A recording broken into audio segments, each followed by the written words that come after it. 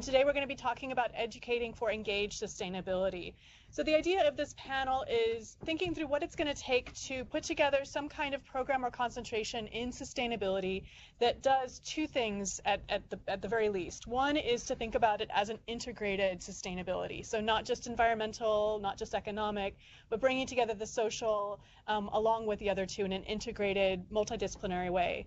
And the second piece of this is this engaged piece. How do we build partnerships with community partners, with organizations, with businesses that can help us really educate our students, and vice versa, work with the organizations to perhaps work with them on some of their issues too. So how do we build conversations that can really enhance a program, really start, I mean, we're really starting at, we don't have anything right now, so what will we need to do to start this kind of conversation, these kind of partnerships? So I brought together 3 people from the Charlotte area who have thought about these kinds of issues in one way or another throughout their careers. The first is Dan Fogel, who is the former director of the Sustainability Master's Program at Wake Forest University, which was just uptown in Charlotte. And now he's retired, so we're hoping to pick his brain. He was also the past chair of the Charlotte Chamber of Commerce GreenWorks Council. So he's got a long pedigree of thinking about sustainability in the educational settings and others. Our second speaker is Ming-Chung Lee, who is an assistant professor of architecture here at UNC Charlotte, and he's had a very great success in bringing sustainability into his classes through GIS and other kinds of coursework that can help students think about sustainability outside of the classroom and how to build partnerships with organizations that he's worked with in the area, and he'll talk a little bit about that in a minute. And then our last speaker is Terry Lansdell, who's the program director from Clean Air Carolina. He's worked with the Mecklenburg County Air Quality Commission. He's worked with the Transit Services Advisory Committee for the City of Charlotte. He's been working on the light rail, the blue line that you guys have heard about in the last panel, integrated bicycling. He's been really doing a lot of different things. So from his perspective, we'd like to get a sense of what kinds of opportunities there are and how to think through sustainability in an engaged and integrated way.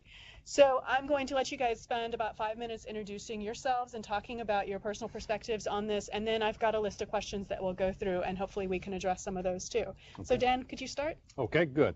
So I'll talk a little bit about the context in which I do my work. I'm at Wake Forest University in the graduate school, and about 8 years ago we started a Center for Energy, Environment, and Sustainability, and we had a 3-part mission. It was outreach, education, and research. And so we created, as part of that education, graduate programs in sustainability. And so it's housed within a center. It's not within an academic department, and that's very purposeful, so we could bring in people to help us teach the courses and design the curriculum a little bit more, we call it transdisciplinary. Hopefully we're inventing also some discipline, but at least multidisciplinary.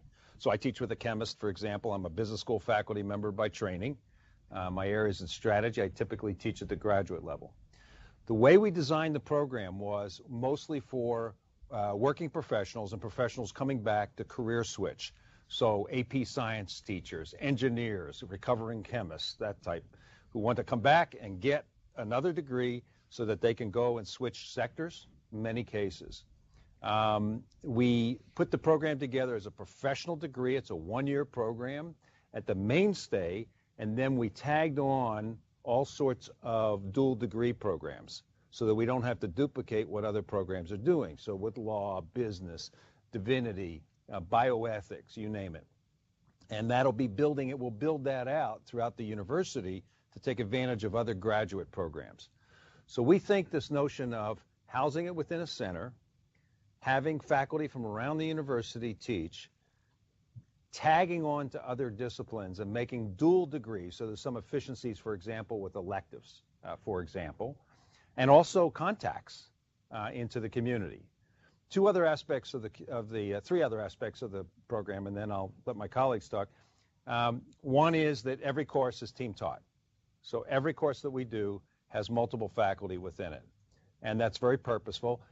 We're not there yet, so typically it looks like a tag team rather than truly integrated teaching, but we're getting there. The second thing is there's an enormous experiential learning component to it. So our students are required to go out into the field in a variety of ways, do consulting jobs, experiential learning, for example, at the Outer Banks, take advantage of North Carolina, place in North Carolina. You're welcome. And the third thing is we have a theme each year. I think So you the can, first you'll theme have to we interact from here if you want to do that. Sorry? Did I say something wrong? That's us. No, I think No, you're fine. from some other site for some reason. Oh, okay. All right. I thought I made a mistake or something. One of my colleagues is saying, that's not right. So back in the control room. All right. Go ahead, keep going, Dan. So, and the third thing is we take on a theme each year, and this theme integrates the courses because you have so many diverse faculty. We have about, I think, 29 different faculty teaching in the core courses. It's a one-year program, 30 credit hours. You got 29 different faculty. So trying to get them to play nice is a little difficult, right? So we have this theme as a way to integrate. And the first year we had the theme was climate change in North Carolina. And we purposely chose North Carolina so that we could ground it in place, because climate change is like this massive concept that people have their trouble getting their hands on. This one is called Nexus, and Nexus and Sustainability. And what we're trying to do is get our faculty, instead of just talking about energy or just talking about water, is to constantly say, okay, what does water have to do with social justice, for example? And have people make that connection and not feel that they can just advocate for one aspect of what they're doing. Even though a physicist studies energy, he or she in our program is still responsible for that nexus issue. These themes have worked extremely well to integrate people, even though faculty say, oh, I don't even talk about that theme. From a student perspective, they say, boy, that was great. That theme integrated everything. So they do it. And it's helped them to talk about how they would integrate with the other courses. So that's our stance on the education. I'll be happy to talk about what going forward I think can happen, but hopefully that's a good introduction. Great, thank you. Okay, first, I appreciate the opportunity to be on the panels, especially thank Michael for your invitation. Yes, I also want to talk about kind of a little bit about the context kind of my school operate. You know, we are architecture school, so it's considered a professional school.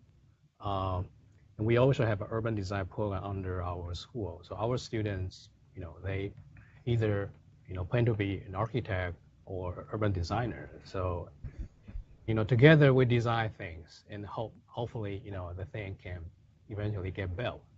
So, and also think about the industry. So we kind of under that architecture, building, construction, industrial. So that's kind of the context within which our school operate. So basically, you know, teaching students how to do things is kind of the main focus. And in fact, you know, you need to understand, you know, the buildings, right? Buildings as a whole account for almost 39% of the total energy consumptions, even more than the industrial factor, right? And also even more than kind of transportation. I think transportation account for like 32, and then industry as a whole account for 29. So you need to think about that. So and then how to design and build buildings that consume less energy has been a very important issue. I think of maybe the past two decades. So I think it's fair to say sustainability has been deeply embedded in architecture education for a long time. So I think it's also fair to say we kind of the expert talking about sustainability. So we have many required courses. We have required courses to talk about environmental principles, talk about material uses, talk about technology, right? So this is kind of the big chunk of you know, material we need to deliver to students. But then I think there are kind of three important aspects how we deliver that material knowledge to students. First is the project-based education. And so we always deal with the real world project. There's always a project involve real people, involve real problems. So students kind of learn how to do things, how to incorporate sustainability through looking at those real projects, think about the real, you know, solutions. That's the first one. And the second one is the community-based approach. Because once again, you have a real project, right? Involve real people. And then we always encourage students to get into the community, to talk to people, to understand the concern, the issues, and then also work with the people in the industry already, right? So work with the professional designer, or work with the planners in the city officials. And through that kind of collaboration, they also learn some techniques or methodologies already incorporated in the real world. And then the third element is the research-based, because this is not just a training, okay? This is also education. So we have the activities to encourage a student to put up their own research agenda, to learn the methodology and identify kind of the problem-solving skills. So I think it's kind of the three big components. We deliver that kind of accessibility knowledge into student learning process. Okay. Thank you, Bing-Tong. And then Terry, would you like to give us a little bit of an overview of your role in sustainability education, or experiences you've had? Sure. I'm not as singular in my hat wearing as the gentleman next to me, but I wear many hats for Mecklenburg County and this community.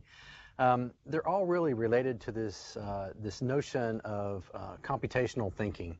So we want to talk about efficiencies for Charlotte area transit system. We looked at a transit system that used to rely solely on buses. So we had to have integration of sustainability, knowing that we couldn't always rely on a bus to get a variety of people around our community. So we had integrated bicycles into transportation. Where the buses go is part of that decision as well. There is huge amounts of data in place to understand where a bus route has to go for federal guidelines, or where a bus may or may not go due to federal guidelines. So understanding this computational thinking is a staff burden, so that when changes are made, they have to be made based upon data to understand how the changes will be impacting the community, the existing use, and then will increase, hopefully, usage in the community. For air quality, same kinds of concepts, in that you have to analyze the polluters that are out there to understand where the levels are and the health impacts for polluters. Those are the kinds of two hats that I wear, but the main hat that I'm wearing right now is with Clean Air Carolina and our Airkeeper program. And we have a citizen science program that is brand new. The previous panel talked about the impacts of big data. This is huge data that we're dealing with.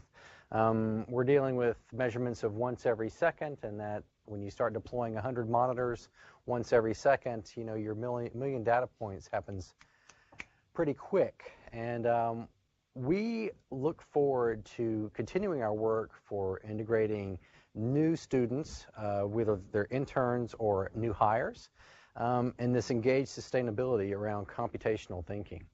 This computational thinking is pretty important to us because more and more, as I said, of government decision making is becoming data driven.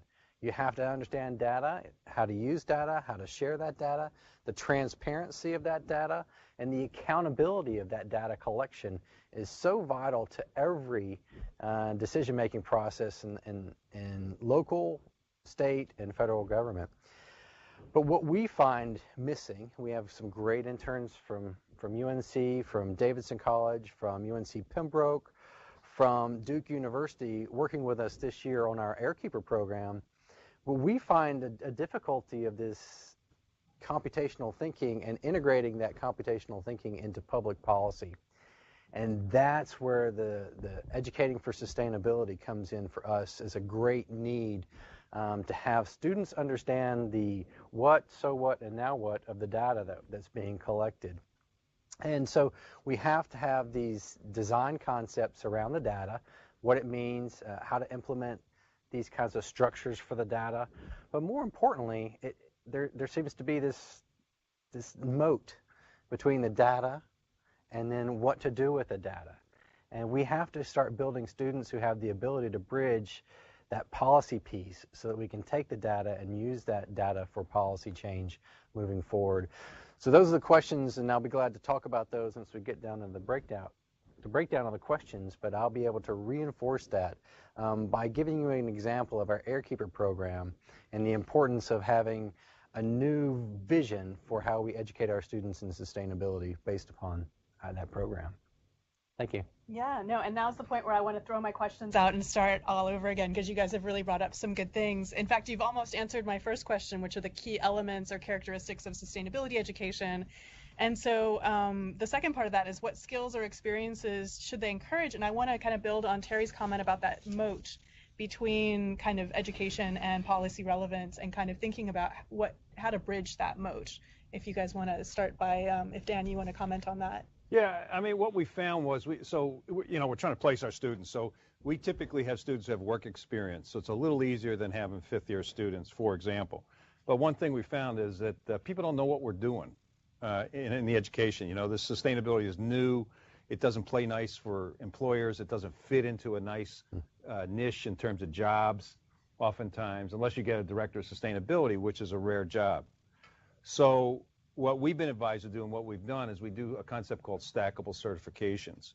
And we take those skills that we think that person has defined as their career goal, and I'll give you examples, and then say, on top of your degree, try to stack some of these certifications so you can demonstrate to employers what you've done. If you want to work in the construction industry, or you want to work with buildings, you got to have LEED certifications. Go get accreditation on that, and understand what that is, and demonstrate your skills. If you want to work with some data management, then you got to have some demonstrable, demonstrable skills in that area. Modeling, if it is, if you're coding, if you have some sort of programming, or whatever it is that you want to demonstrate, project management, etc. So we encourage the students and push them real hard to get these demonstrable skills to tag on to their degree, and then that explains a little easier what they can do. So what we learn, so the skills that we believe are defined by the person who's coming in saying, this is what my career directory is, and also these issues of how do you get people to act. So this is my research area, so I'm very biased in this area, but I think we spend a lot of time with skills about how do you influence people to act, especially people that aren't like you. And so it's a combination of how do you get public policy done. I'm teaching a course in impact investing this semester in the summer. How do you get returns on an investment at the same time you make a demonstrable impact in society? And so all these different methods of getting people to act, I think our students need to learn how to use those. Collective action problem, on and on and on. Great, thanks. Okay, so let me start with kind of talk about the kind of the fundamental philosophy. I probably cannot speak for the entire School of Architecture, but I think I can comfortably speak for our urban design program. By the way, which is a one-year master degree program.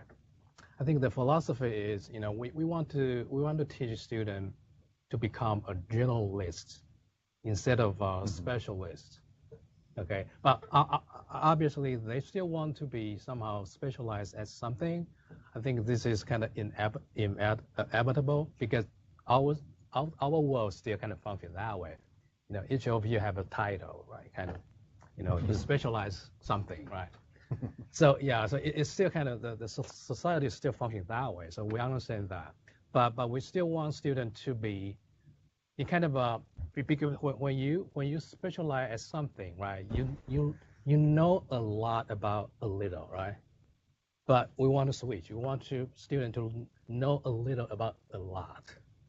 Okay, because once again, you already know the three bottom line of sustainability, right? The environment, economy, and equity, right? The three big E's, right? And then if you only kind of look at one E, and then that's not the right way to look at the sustainability. So that's why we think, we want to teach students how to be a generalist, so they can look at those three E's, okay?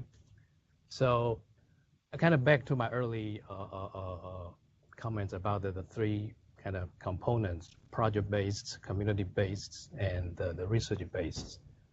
Well, first, I'll kind of go back to the skill questions. Obviously, the how to design and how to build, that's the kind of the big the big questions. So we kind of focus on three things. First one is the analytics skills, right? So they need to know how to kind of quantify, issues, and look at kind of sustainability as a lens to design either a building or a whole neighborhood. So there are a lot of sciences involved in that kind of analytics part, right? You already have many building construction methods, materials, or the kind of the protocols how to put a building together, right? So this is probably the easiest part, right? Because you can just follow how industry really do their job and then see the best practice. And then the next thing is you also need to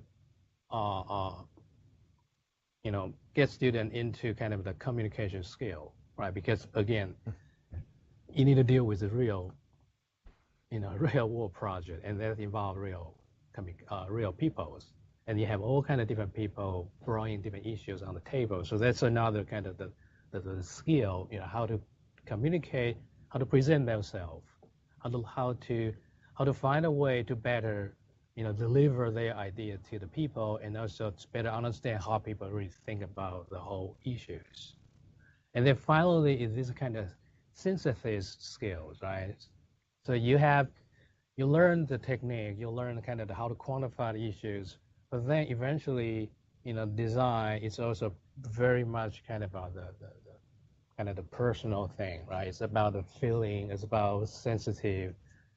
So that's another level, which is the most difficult part in the design education. How you get into kind of the human feeling, but we usually focus on kind of the storytelling skills, right?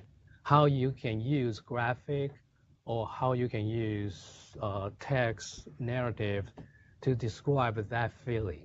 And also bring in that kind of quantitative scientist knowledge into, the whole communication. So kind of three things. Once again, the analytics, communications, and then the synthesis skills.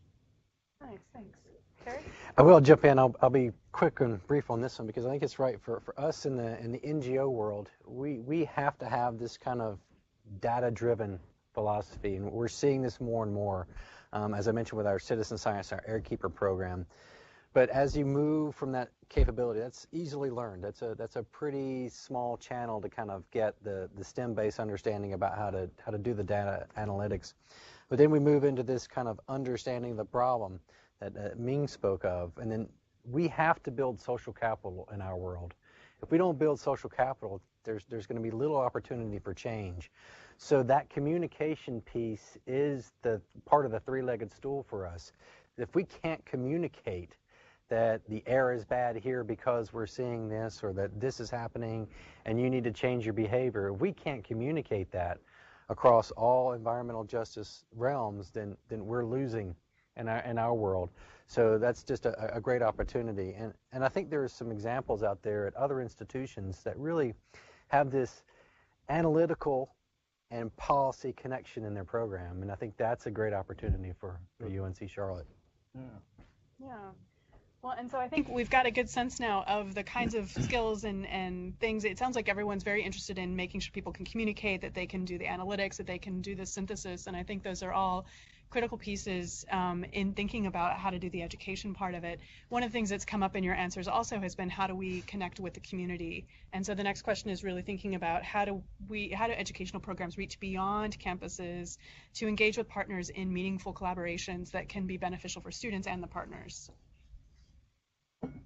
Well, so what's appealing about, I'll ask you, what's appealing about an educational program to you that lets you partner with them? What would we have to do as educators to make it appealing that you would allow our students to work with you and be involved? Wow. How do we become good partners? Great, Dan. We've got a great example here at UNC Charlotte with Dr. Susan Harden and her entry-level freshman class. we were part of their STEM-based programming in that we brought citizen science into the classroom. So we helped this entry-level freshman class understand problem formation. Maybe the first time we were briefed saying that this might be the first time they've ever had a scientific conversation that really had value.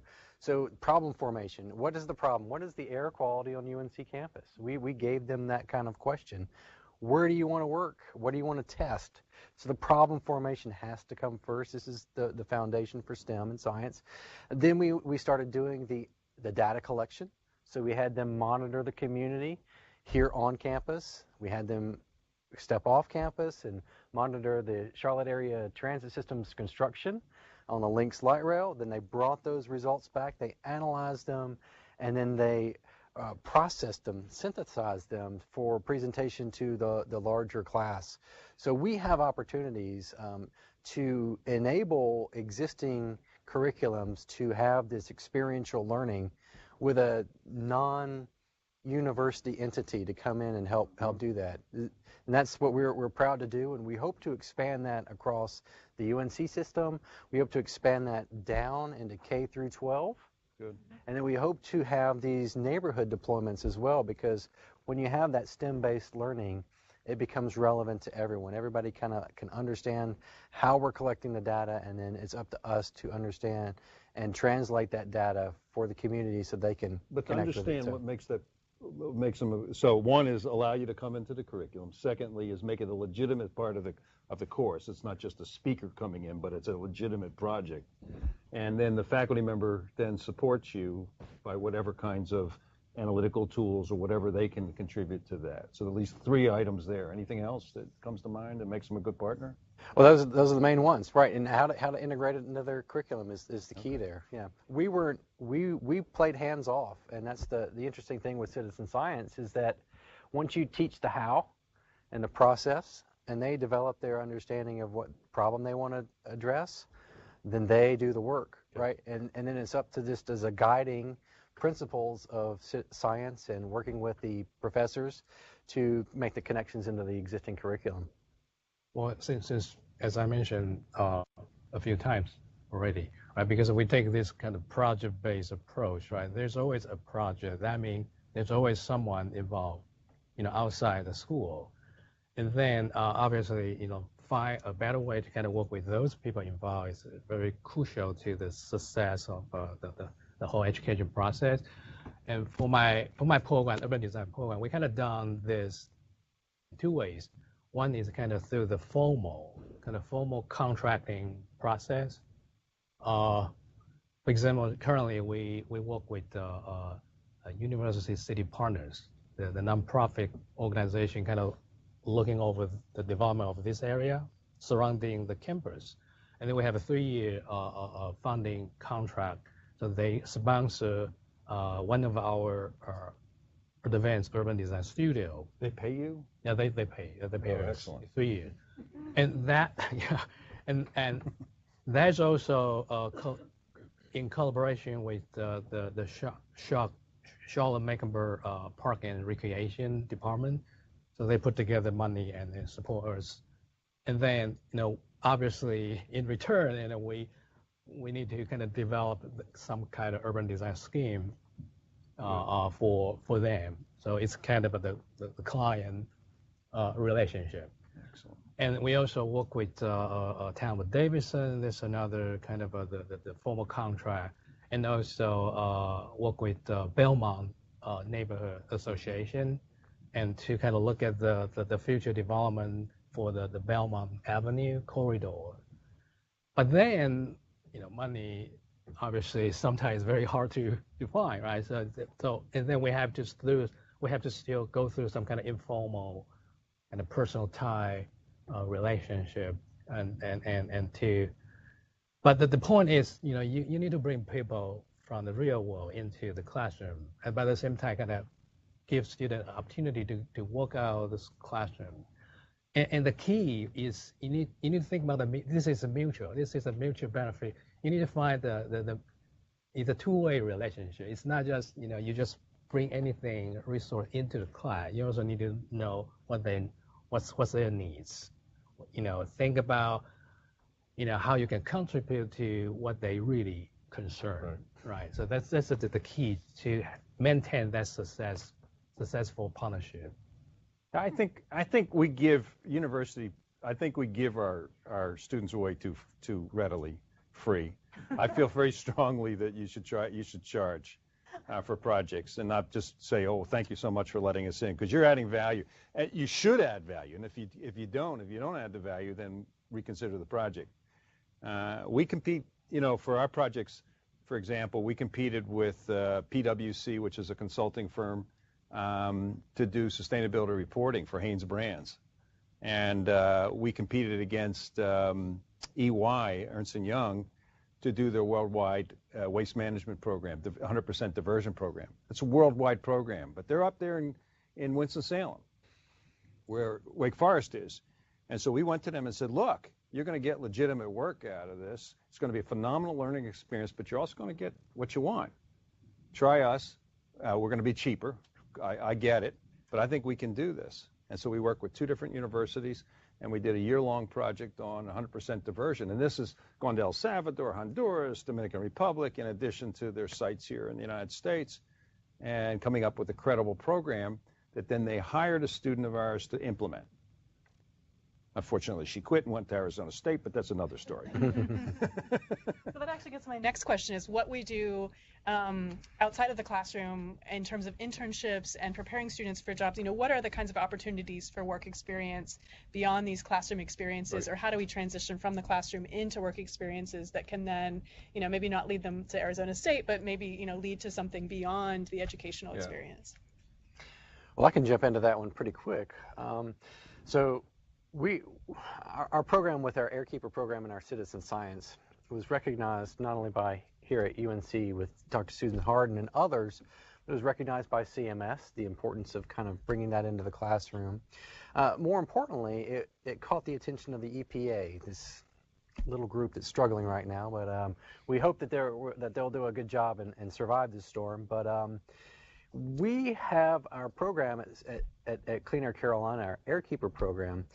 This citizen science, this STEM-based, this service learning, this activity that we have for a variety of students, neighborhoods, participants, was recognized, and we're helping write the book to help other people do what we're doing.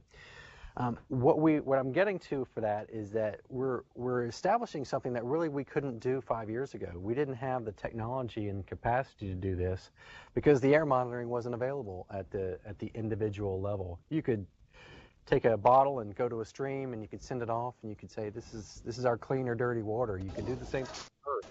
You'd scoop up a pile of earth and send it off and have that analysis done. But for air, you just couldn't do that with air. We have the technology now to make that happen. But you had to have these components for our students coming in and our staff now, as we're growing, to be able to have this connection between data and policy and data and communication of that data. And we had an intern who excelled here at UNC as an undergraduate, and he is now our citizen science manager. Excellent. So we're showing a pathway forward to use this connection when we have the right kind of sustainability education for us as an NGO, that there are jobs waiting for you before you get out of school. We have, as I said, we have internships available now to help this process, but we are showing a pathway forward that this is the connection. When you can understand data and translate it to policy, there's opportunities out there right away. Great. So I kind of talk about the kind of building partnership with kind of the community-based organizations. But then there's another important partnership kind of for school architecture to pursue, which is the partnership with the people in the industry, those real professional designer, architects. Mm-hmm. And in fact, that's also a very important part of a kind of architecture education. We always bring designers, architects into the classroom as kind of design critiques, look at student projects, and then give them feedback. So this is just a typical, almost like a daily operation for the school. But then we also want to build a kind of formal, almost like a scholarship or endowment, that kind of mechanism. And in fact, we have 3 internship / scholarship specific for our urban design program, and 2 of the 3, it's our alumni, right? They become very successful, so they want to kind of pay back to the program. So we have the scholarship, and they have the internship. That's great. So for kind of our best students, and then another one is a very important company, local company, Stantec. So they are they have maybe kind of 30,000 employees, right, nationwide. So, and they also have a internship and also scholarship for our urban design program students. So they kind of formal, relationship. It's our program actively pursue. But then, because again, the kind of daily operation will bring in the real, professional into the classroom, and they also allow students to, get involved, create their kind of social relationship. And then we I think currently we have almost 100%, successful rate. They all hired. They all get job after, they graduate from our program. That's fantastic. Yeah, we do it slightly. We do one additional thing is that we give full scholarship, 100% scholarships to people from government, NGOs, and teaching. And the reason we do that, but they can't jump ship. In other words, they can't be a teacher wanting to go into business. They have to go back for a reasonable period of time. At least we ask them to do that, to get the scholarship. And we feel very strongly because those sectors don't typically have the money to support the program like that. And the other thing is we have a lot of working professionals who do our program over 2 years. So what they do is they use their job, their current job, we have an internship requirement as part of the program, so they have to reflect on their job during that internship, and that's the way we maintain. And we actually, it's worked out pretty well. We've been able to insinuate ourselves into organizations that normally you wouldn't be able to get into, because some of these people are just traditional engineers, and now they have the sustainability information. Well, that's excellent. Well, I want to give our audience a chance to ask some questions if they have any about, the topic of educating for engaged sustainability. Are there any questions in the audience?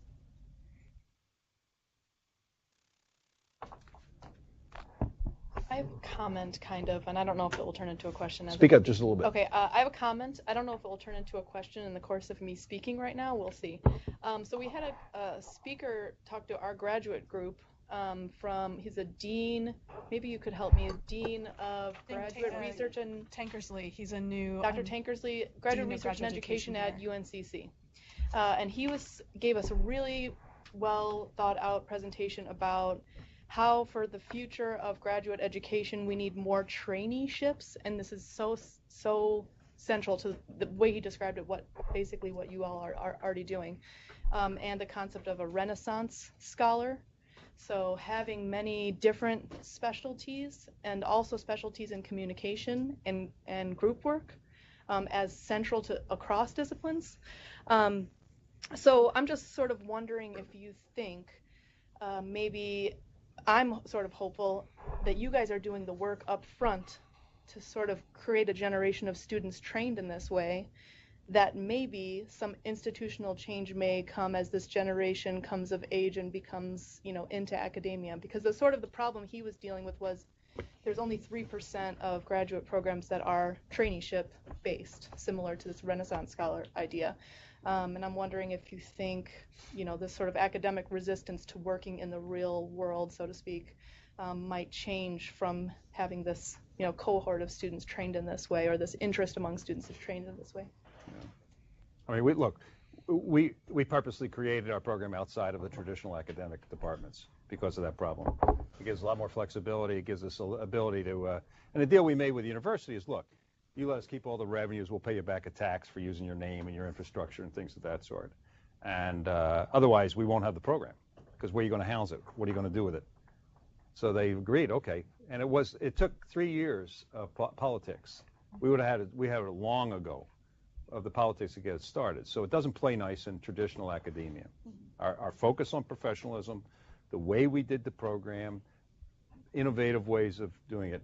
The other thing about the problem with outsiders, quite frankly, with faculty, so I'm a business school faculty, so we bring in practicing managers all the time. And they always want to teach, but I always ask them, what are you going to do for your second lecture? I get the first one.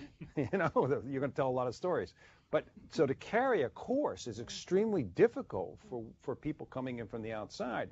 And I think faculty have a role to play in integrating that and being tolerant and helping them to understand how to sustain something like that. But I don't see academia changing all that quickly, quite frankly. I think you have to create kind of other structures. I don't know how you feel, but. I think Moderator mentioned, I teach GIS, right? It's a kind of computer software, allow you to understand basically how Earth operates, right? Which is kind of important, right? Obviously, I learned GIS from taking many classes, right? And so it's almost kind of the how-to, right? Like I mentioned before, right? You learn how to do this, how to click different button and do certain things. But then I think right before I kind of started teaching, I read articles say, if you only teach a student how to do things, and that's not education. And then I kind of kept that in my mind. Yeah, so I cannot just teach my student how to click buttons, right? So, which certainly is important, right? And this is perhaps the number one thing they want to, learn by taking my class. But then, kind of, as an educator, I also need to learn. I also need to kind of push students kind of go one step further, right?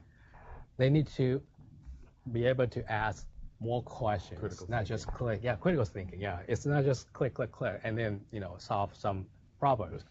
They need to be able to find more problems, and then maybe they can discover a new, workflow, new way to solve maybe the same problem, different sequence of clicking, and then do something different, right? So this is obviously this is the most difficult part, right? So teach students how to do things, but probably just follow some kind of protocol, find menus.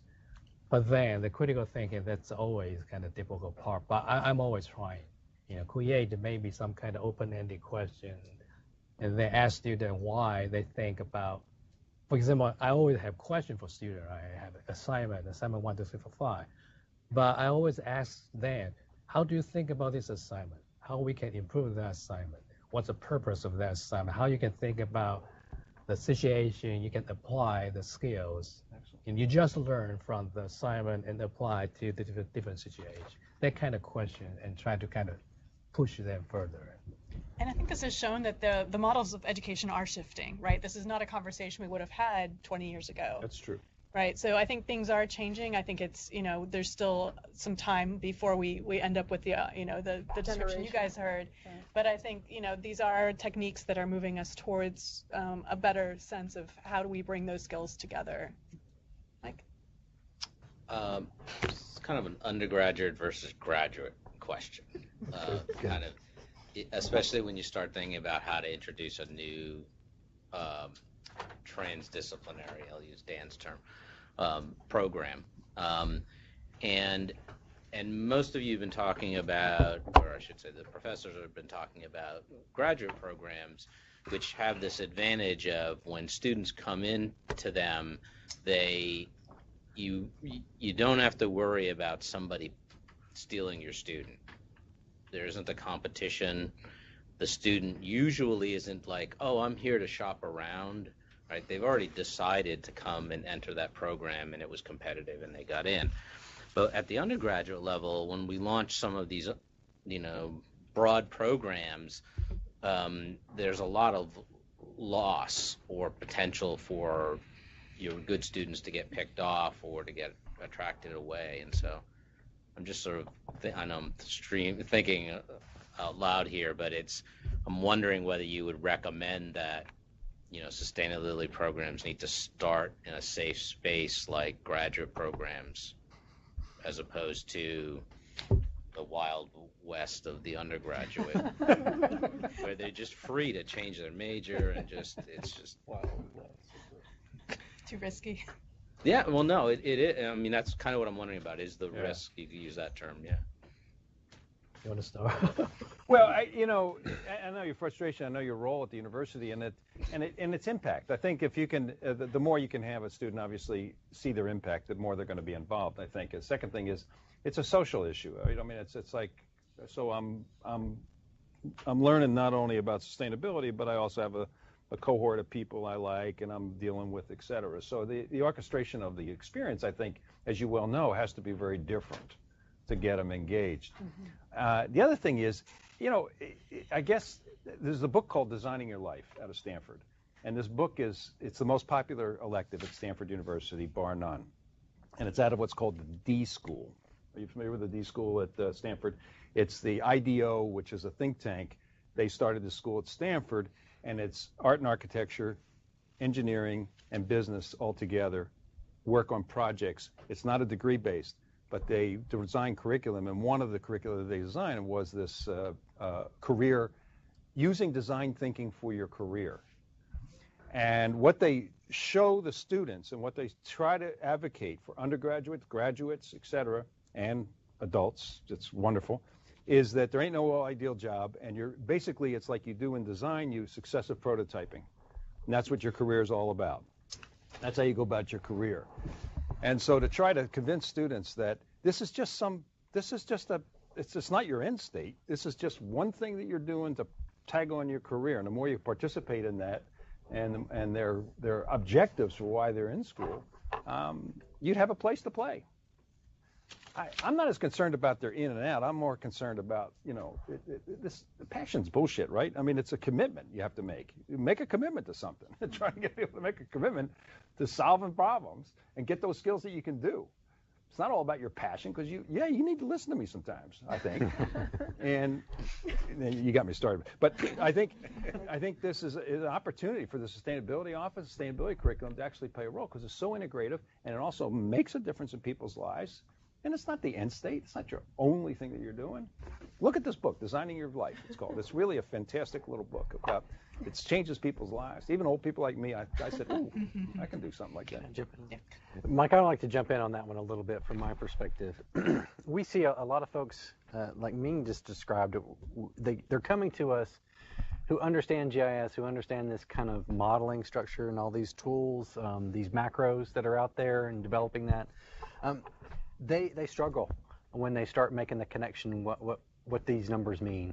And we see that at the undergraduate level. And we do great with funneling our undergraduates into this kind of data collection piece, analyzing presentation, giving them the asset creation opportunity to create a product. This is this whole bunch of numbers on a spreadsheet. Make it something else. Make it real. But what we see when we have graduate students, and we have a rising freshman, we have a undergraduate, we have a graduate student this year. And what we see on the graduate side is they've gotten their skill sets down and they're struggling. They're coming to us to make that bridge across the moat between what they knew how to do on the data side to making a real world connection. And we're providing them that lowered bridge to make that connection. And we have huge amounts of health students in environmental health sciences and other health studies at the graduate level from here, from Duke, from Davidson, from other places that are seeking that connection to do more.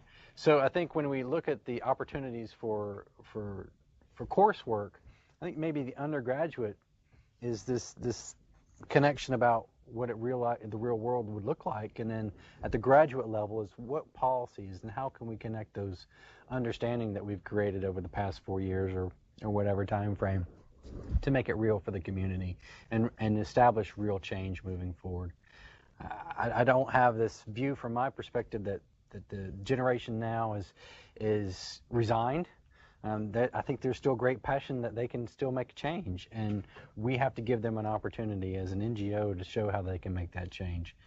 I hope that kind of gets you a little bit of from perspective from my side on the NGO. So, let me just check quickly and see if we have any questions from online. Christina, do we have anything?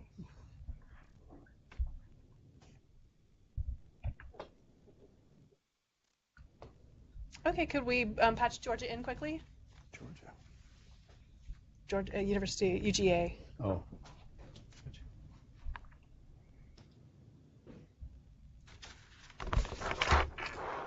Okay, can you hear me? Yes. This is actually Crystal Jackson. I'm here at Georgia Tech, but I work with the Atlanta Regional Commission, which is our 10-plus county metropolitan planning organization. Can you hear me okay still? I think there's feedback. Yeah. Okay, great. I'm actually a graduate of UNC Charlotte, class of '98 in Earth Sciences, so pretty cool to be listening to you guys. But I started a program last year called the Sustainable Connections Internship Program after seeing that many of our students from higher education institutions here were getting a great exposure to private sector work around planning and environment, but not a great exposure to local government work or to the nonprofit sector. Sure. So I just wanted to share that example. I'll leave a website in the comments, but it's been a great experience so far because we've got a wealth of higher education institutions here, and we're able to reach out to our local governments and nonprofits and have them submit specific projects they'd like to work on with the students. And we basically play matchmaker and match them up into mostly paid internships that the local sponsors will pay for. But the added layer on top of that is they get to come together throughout the academic year to talk about what they're working on with their communities, troubleshoot, share best practices, and also connect with local sustainability leaders. And it's been a great experience so far. We had one undergraduate last year in the program who now is working part-time through the end of her academic career with one of our local governments and helping them with several of their sustainability initiatives, which ultimately from the local government side, the planner side, was one of my goals, was not only exposure to sustainability careers, but also to get my local governments to wrap their heads around the fact that by having a person working on sustainability, they could get many of the things on the back burners done. So just wanted to share that example. Good. Great, thank you so much. Do you guys want to add anything? Well, to just that? Georgia Tech's a good example of where, like, for example, the business school is all in, you know, and at other universities that's not the case. So they're very fortunate in that respect. Yeah, and this was actually not a Georgia Tech initiative. It's a Atlanta Regional Commission. So we do work with Georgia Tech on it. Yeah. I'm still take the compliment though. Thank you. Yes, they do great work. My master's is Great from project. Georgia Tech, so I'll take it. Okay. Thanks very much. I really liked the last answer to that question, which basically was, is there a difference? And the assumption of the question, I'm sorry, seemed to be that there isn't really any fundamental difference between undergraduate education and graduate education. This is clearly a subject I feel very strongly about as somebody who has a professional master's degree, except, in my view, except for those well-established areas where undergraduate education produces professionals, engineering, nursing, architecture, arguably pharmacy, though that's moved to a doctorate. I think we're making a grave mistake not to try to generalize about or try to understand a fundamental difference between the professional education at the master's level, which has grown essentially in my lifetime. It used to be that an undergraduate degree was the driving license to a middle-class life. I'm sorry, except for those fields where it's well established, such as nursing, that's no longer the case. And this is a great advantage. What it means is that the undergraduate can be a place where one can focus on getting the basic skills and general understanding.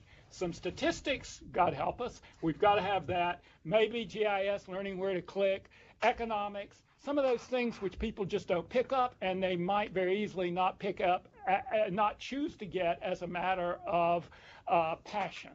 But you need to have it going forward. And then after some life experiences, hopefully one does the MBA and various other things where it's a really different focus.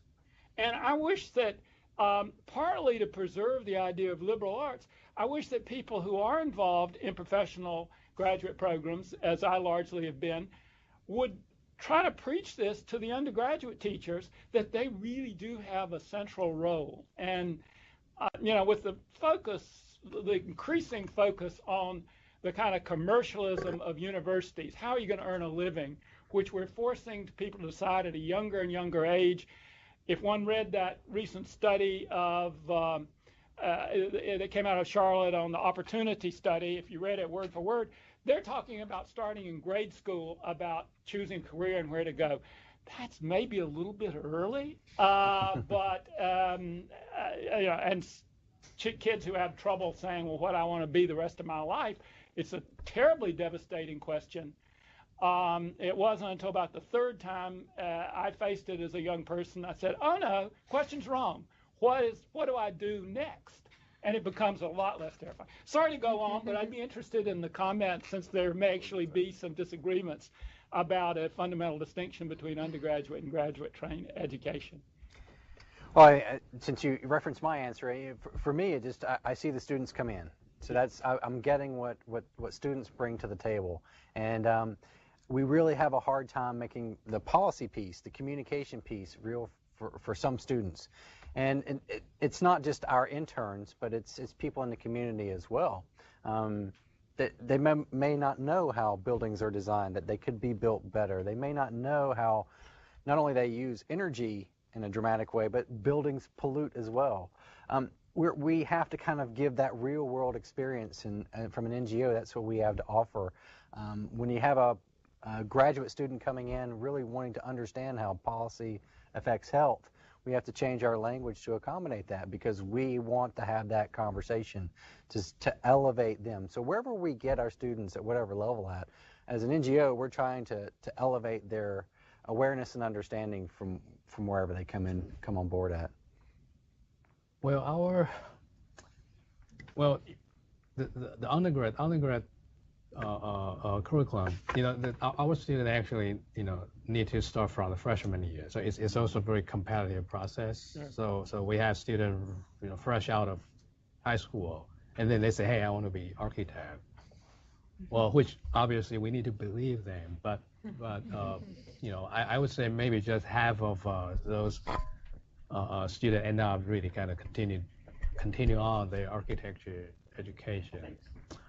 Well, our curriculum structure between undergrad and grad level is not that different, except the first 2 years for the undergrad student, because they still need to take a kind of university level core courses like literature, history. So we need to kind of lose a little bit and allow them to kind of handle that. But other than that, I would say the bigger differences between undergrad and graduate level curriculum is, yes, we do understand, not even though they thought they like to be architect, but some just don't have the capacity as the creator, don't have that kind of intuitive thinking. So, but we do encourage them to kind of go into, once again, the real world. So almost all the undergrad level design courses have a field trip component. Not just kind of go to Davidson, okay? No, it's not that kind of field trip. It's going to New York City, going to Seattle or Portland, right? To see the different world. And then professor kind of lead those students to look at the kind of big name architect project and to really see, wow, that's architecture. That's the pieces we need to, kind of worship. And then eventually, hopefully, they can develop their skill and they're really committed to be that kind of, creator. But I do understand, I do agree with you, kind of the undergrad, they probably still need the time to develop, to really see the world and they understand what they're passionate about. So now we're kind of moving away. So our school right now is moving away, having kind of professional education in the undergrad level. In fact, we are only just a few universities in the U.S. still have the professional undergrad architecture degree. I think maybe just handful But most of the school is all moving into the graduate level. If you want to be architect, you need to first finish your undergrad, no matter what degree. And then you say, yeah, I want to be architect. And then you get into a good professional graduate school. Yeah, I mean, undergraduate business probably funds every university, right? But it's a sham. I mean, how do you teach organizational behavior and, strategy to somebody who's never even worked? I mean, it makes no sense. So it just becomes a technical, like I can crunch the number, I can do a net present value. Big deal, There's also, there's a limitation within the majors too, where you see, so we have a lot of engineers obviously here at UNC Charlotte, and they don't have much room for electives. So there's no chance to really explore. So it's that kind of, and talking about the kinds of skills beyond just the technical skills, the community relations, the communication skills, those are things that don't fit into curricula very nicely. And so figuring out how to build that in, I think requires understanding undergraduate as more of a playground or a place to learn about things rather than a professionalization. But that does change the educational structure. But as you're hearing, it is changing. So it can be really interesting. Sorry, Dan, I didn't mean to cut you off. No, that's it. Yeah, good. Other questions, Adrienne? So I guess it's more of a comment, but if we're talking about the difference between undergrad and grad school, and we're saying that we want undergrad to be sort of a playground where we don't want to develop professional skills, but then you're saying you can't talk about some of the things you want to talk about in grad school unless you have professional experience. I'm a recent undergrad graduate, and I'm looking to go to grad school. So if you're telling me I won't be able to keep up in classes without professional experience, thankfully I did get some professional experience in my undergrad, but if we're saying we don't want to do that, but then I come to the job market as a young millennial, and everybody's saying that for an entry-level position, you have to have 3 years of work experience. What do I do? Finally, a practical question.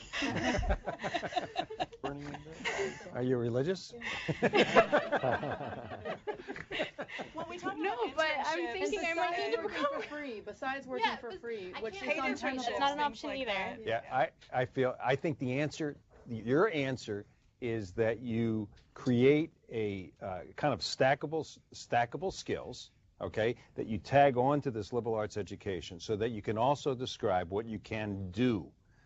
It's a if that's your job, if that's your goal, is to get a job outside of your 4 years, okay, after your 4 years, if that's your goal, I'm not saying it should be for every student, all right, but if that's your goal, then you're going to be obligated to play the market game, right?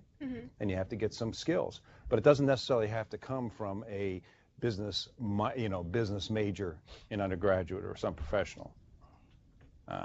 So that's my answer, is find out if you have that definable goal that you have, you're going to have some skills to do that. And you may find you spend a year outside of your undergraduate degree getting some of those skills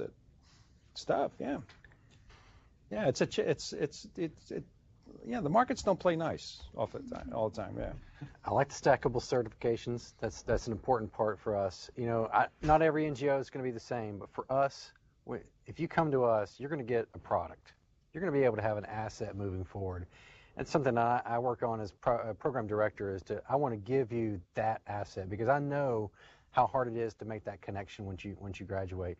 So if you can come away with an asset saying that I did this, I know how to do these things, you're not just getting coffee, you're not just doing those kinds of admin pieces. We want to give you that opportunity to play with other NGOs, to work with other partners, to create an asset for you. Now, what does that do? Our back burner stuff, yeah, it becomes front burner pretty quick when you start creating assets for an organization that you're working for while you're an undergraduate or while you're in graduate school. That is that real life experience that's going to move you forward into the job market, I think, very strongly.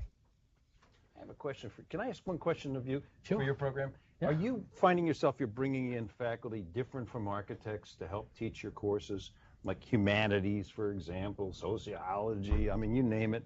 Are they starting to come into your curriculum to help your students understand this kind of wider world? Well, no.